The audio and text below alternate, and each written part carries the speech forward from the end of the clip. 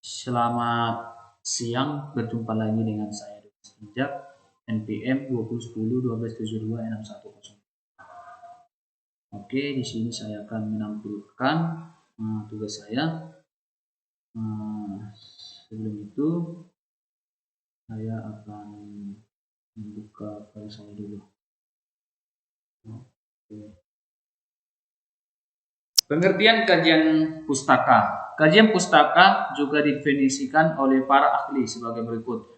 Yang pertama, menurut Yoman Puta Ratna pada tahun 2010, memiliki 3 pengertian yang berbeda. Kajian pustaka adalah seluruh bahan bacaan yang mungkin pernah dibaca dan dianalisis, baik yang sudah dipublikasikan maupun sebagai koleksi pribadi. Kajian pustaka sering dikaitkan dengan kerangka teori atau landasan teori, yaitu sebagian peneliti menggabungkan kajian pustaka dengan kerangka teori. Kajian pustaka adalah bahan-bahan bacaan yang secara khusus berkaitan dengan objek penelitian yang sedang dikaji. Yang kedua, menurut Pohan pada tahun 2007, kegiatan ini penyusunan kajian pustaka bertujuan mengumpulkan data dan informasi ilmiah berupa teori-teori, metode, atau pendekatan yang pernah berkembang dan telah didokumentasikan dalam bentuk yang terdapat di perpustakaan. Selain itu, kajian ini dilakukan dengan tujuan menghindarkan terjadinya pengulangan, peniruan, plagiat termasuk subplagiat. Proses pencarian data. Pada bagian kajian pustaka dipaparkan dengan tujuan untuk mencari tahu lebih dalam tentang penelitian yang menjadi fokus kita dengan literatur yang ada. Dalam proses pencarian mencari tahu tersebut, proses pencarian dibagi menjadi 2, yaitu 1. Sudah diketahui. Topik penelitian yang sudah diketahui atau dalam arti telah dikaji sebelumnya, maka dapat dijadikan sumber referensi untuk dijadikan sebagai sumber referensi tertentu. Haruslah diketahui bagaimana memperoleh informasi mengenai sumber tersebut. Sumber yang sudah diketahui ada yang telah dituliskan, ada pula yang belum. Sumber yang telah dituliskan maka dapat diperoleh dengan mencarinya di internet atau di perpustakaan. Sumber-sumber tersebut bisa berupa jurnal, artikel, buku, dan sebagainya. Namun sumber-sumber yang belum dituliskan maka jalan satu-satunya untuk memperoleh informasi tentang sumber yang belum dituliskan tersebut adalah dengan mendatangi subjeknya untuk diwawancarai. Sebagai tambahan, perlu diingat bahwa dalam pengutipan teori dalam sebuah literatur, maka haruslah dicantumkan sumber di mana kita mengutipnya, berupa mencantumkan nama pengarang, judul buku, halaman, dan sebagainya. Kedua, belum diketahui. Topik penelitian yang baru atau objek kajiannya belum diteliti sebelumnya, maka menjadi tantangan tersendiri bagi peneliti tersebut untuk mengelola informasi yang ada yang terkait. Setelah informasi dikumpulkan, maka selanjutnya disusunlah komponen-komponen yang kemudian sebagai landasan untuk membuat indikator dari indikator tersebut. Kemudian disusunlah instrumen penelitian. Lanjut. Manfaat dan fungsi kajian pustaka. Menurut Alan Breman, beberapa poin penting mengapa kita harus membaca literatur yang sudah eknis adalah karena kita perlu mengetahuinya. Apa yang sudah diketahui tentang topik yang akan kita teliti? Apa konsep dan teori yang sudah diaplikasikan dalam membahas topik penelitian yang akan kita kumpulkan? Apa metode penelitian yang sudah pernah diterapkan dalam mengkaji topik tersebut? Apa saja kontroversi yang berkaitan dengan topik dan bagaimana hasil studi tersebut muncul? Jika ada, pada apa saja temuan penelitian yang saling bertolak belakang? Siapa saja yang peneliti yang sudah pernah melakukan penelitian terkait topik yang akan kita teliti. Sementara itu, manfaat dari kajian pustaka antara lain: satu, sebagai solusi. Dengan adanya kajian pustaka maka kerangka berpikir menjadi jelas sehingga solusi dari permasalahan ditemukan berdasarkan hasil pengkajian dari berbagai literatur tersebut. Kedua, landasan pengembangan instrumen. Setelah menemukan solusi berupa teori, selanjutnya disusunlah indikator-indikator berdasarkan solusi tersebut. Ketiga, membuat atau menentukan kriteria. Terkait dengan penelitian evaluasi dalam membuat atau menentukan kriteria dengan dimulai pembentukan pernyataan terlebih dahulu. Kriteria yang dimaksud seperti keberhasilan atau kegagalan, saran bagi program tersebut diidentifikasikan, kemudian dibuatlah kesimpulan sesuai dengan teori atau tidak. 4. Memverifikasi hasil penelitian.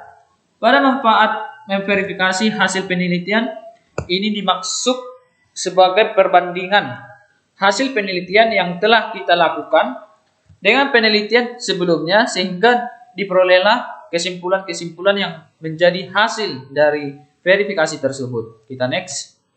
Oke. Kita masuk kepada macam-macam.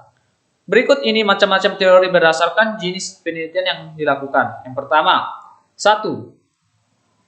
Kajian pustaka penelitian kuantitatif. Teori dalam penelitian kuantitatif ini dapat diartikan sebagai seperangkat gagasan konstruk yang saling berhubungan, yang berasosiasi dengan proposisi atau hipotesis, yang memerinci hubungan antar variabel. Fungsi teori dalam suatu penelitian bisa saja sebagai argumentasi, pembahasan atau landasan. Dalam proposal penelitian kuantitatif, peneliti harus menegaskan teorinya dalam berbagai bentuk. Peneliti menegaskan teori dalam bentuk pernyataan hipotesis yang saling berhubungan. Contoh, semakin tinggi pangkat seseorang, semakin kuat sentralitasnya. Peneliti menyatakan teori dalam bentuk pernyataan jika maka untuk menunjukkan mengapa seseorang harus berharap variabel bebas bisa mempengaruhi variabel terikat. Peneliti menyajikan teori dalam bentuk visual. Bentuk visual ini penting untuk menerjemahkan variabel-variabel ke dalam gambar-gambar visual. Kita next. Kajian pustaka. Pada kajian pustaka penelitian kualitatif, dalam berbagai macam penelitian kualitatif, para peneliti menggunakan teori dalam penelitian untuk tujuan-tujuan yang berbeda.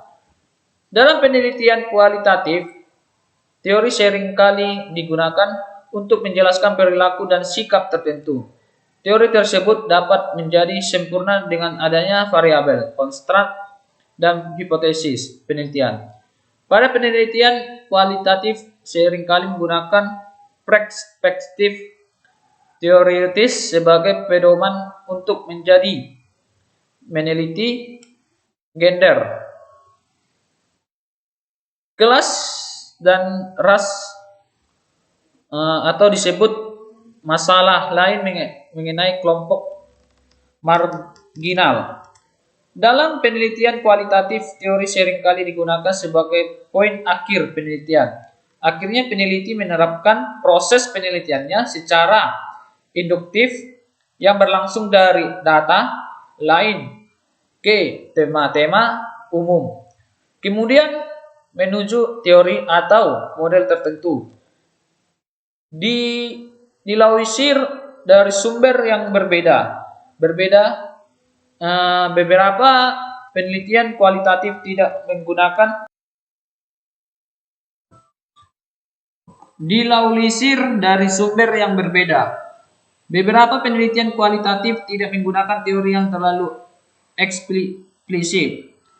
Hal itu bisa saja disebabkan karena dua hal, yakni ada satupun penelitian kualitatif yang dilakukan dengan observasi yang benar-benar umum. Struktur konseptual sebelumnya yang disusun dari teori dan metode tertentu telah memberikan starting point bagi keseluruhan observasi dalam pada tahun 2016. Kajian pustaka penelitian campuran. Teori dalam penelitian metode campuran bisa diterapkan secara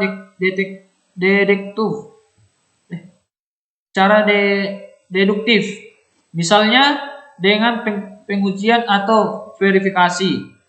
Teori kuantitatif atau secara induktif, misalnya dengan pemunculan teori atau pola kuantitatif.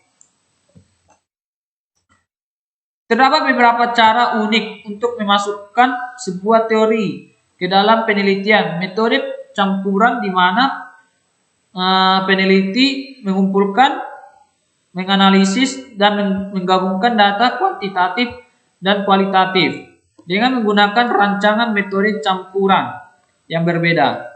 Kajian pustaka teori normatif. Kajian pustaka normatif cocok untuk penelitian ilmu sosial yang terbatas pada mempelajari apa yang dapat diuji secara empiris, sementara masih ada banyak pertanyaan penting tentang politik yang berbeda di luar cakupannya. Karena itu juga sentral bagi ilmu politik atau apa yang disebut filsafat politik atau teori normatif. Teori sosial empiris berusaha menjelaskan mengapa orang berperilaku seperti itu. Teori normatif mencari standar untuk menilai bagaimana kita seharusnya berperilaku. Sumber kajian pustaka. Kajian pustaka dapat diambil dari berbagai sumber yang akurat. Kamu bisa menggunakan buku referensi, jurnal, penelitian sebelumnya sehingga dari internet. Kita masuk ke jurnal penelitian. Dalam jurnal ini beberapa hasil penelitian terpilih diterbitkan sehingga dapat digunakan sebagai acuan bagi perkembangan ilmu pengetahuan yang baru. Kedua, buku. Buku merupakan sumber informasi yang sangat penting karena sebagian bidang ilmu yang erat kaitannya dengan penelitian yang dirujukkan. Dalam bentuk buku yang ditulis oleh seorang penulis yang berkompeten di bidang ilmiah. Ketiga, surat kabar dan majalah. Media cetak ini merupakan sumber pustaka yang cukup baik dan mudah diperoleh di mana-mana. Kamu dapat mencantumkan referensi kajian pustaka dari berbagai berita dan artikel. Keempat, internet. Kemajuan teknologi membawa dampak yang sangat signifikan di bidang informasi. Para peneliti yang dapat langsung mengakses internet dan mendapatkan informasi yang diinginkan dari berbagai negara dengan sangat cepat. Penyusunan kajian pustaka ini menurut Zubaidah pada tahun 2007, dalam menyusun kajian pustaka perlu usaha untuk mengumpulkan sumber sebanyak-banyaknya. Sumber tersebut harus relevan dengan masalah yang diangkat dalam penelitian. Kajian pustaka dapat digunakan dengan menggunakan dua pola, yaitu dedukasi dan indukatif. Dengan deduktif kita mulai dari proposisi yang berlaku umum, yang memberlakukannya pada keadaan khusus, serta berlaku sebaliknya untuk indukatif. Langkah yang dilakukan dalam menyusun. Yang pertama, menyiapkan butir-butir yang perlu mencatat informasi dari pustaka. Kedua, menyiapkan sistematis pengumpulan informasi. Ketiga, mencari informasi sebanyak-banyaknya dari bahan kepustakaan maupun internet. Sekian dari presentasi saya. Jika ada kesalahan, saya minta maaf.